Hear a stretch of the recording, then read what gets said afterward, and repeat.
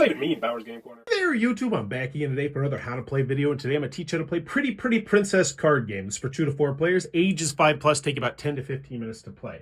So the first thing you're going to want to do is you're going to want to get these 2 purple-backed cards, the Jeweled Crown, the Mystery Ring, place them into the center. The rest of the cards, you're going to shuffle them up, and then you're going to deal out 10 piles of 9 cards each, so it looks like this around the 2 special purple cards in the center. Now, each player is going to pick one of their princess movers, and you'll put the rest of the princesses back in the box, so we'll be setting up a 2-player game. And then on your turn, what you're going to do every single time is really simple. You are going to take your princess, and it might be on a card, or at the beginning of the game, it might not be on a card at all, but you're going to place it wherever you would like on any of the cards around the outside, and then you are going to roll this die right here and move this many spaces clockwise around the table. So, for instance, we would move 1 space to the right, and this one says take any piece. Now, this is normally a really good card to get because it allows you to take any piece from someone else. However, since we just started the game and no one else has a piece, this doesn't do anything, and actually it goes to the bottom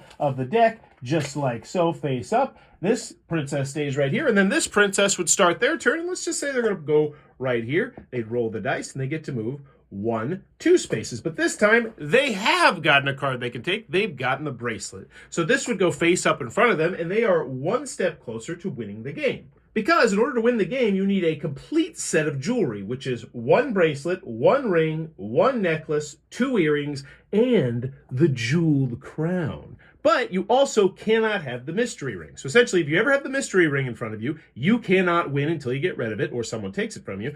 And if you don't have the jeweled crown in front of you, it doesn't matter what you have because you can't win the game, period. But anywho, that was a good start for our pink player right there. So let's go over to the green. And once again, they can pick up their piece. They can go to wherever they want. So for whatever reason, they'll go over here and they will roll the dice and they would go 2 spaces. 1, 2. And now they have a necklace. This would go in front of them. And that's what most turns are going to look like. But let's talk about the special cards and special circumstances that you'll run into. First, if you land on the crown or if you land on the mystery ring, you immediately are going to take the jeweled crown or the mystery ring wherever they are. So even if they're not in the center anymore, if someone else has them, you are going to take them and put them in front of you. Yes, even if you don't want to.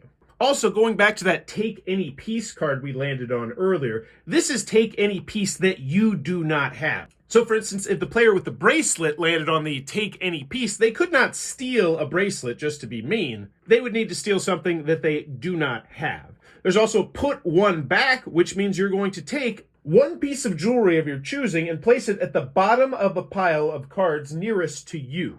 And then you're going to place the put 1 back card on the bottom of that pile as well.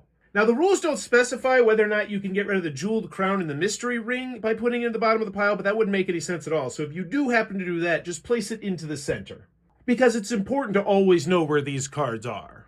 Another important rule to know is if you ever land on a spot and you don't need that piece of jewelry, for instance, this green player already has a necklace, then you don't get the necklace, you just put it onto the bottom of that pile, and then it's the next player's turn. The last major thing we need to talk about is this symbol on the die right here. The rest of the symbols are numbers. However, this is the trade symbol. If on your turn you roll this symbol right here, that means that you may, you don't have to, trade one of your cards to someone else on the table for one of their cards, and they cannot block it in any way, shape, or form. And that does mean that you can take the jeweled crown from someone, or you can give the mystery ring to someone. Now, if you ever roll the trade symbol and no one else has any cards for you to trade, then you get to re-roll the trade symbol. Only if they don't have any cards, not if you choose not to trade. But if you could be the first princess to get a ring, a bracelet, a necklace, 2 earrings, and the jeweled crown without having the mystery ring, then you're going to be the winner of Pretty Princess, the card game. This video is brought to you by all of my amazing Patreon supporters, and I would love it if you would join their ranks and have your name immortalized in the end of many of my videos for the end of time. But consider for only $1 a month, and as always, thanks for stopping by.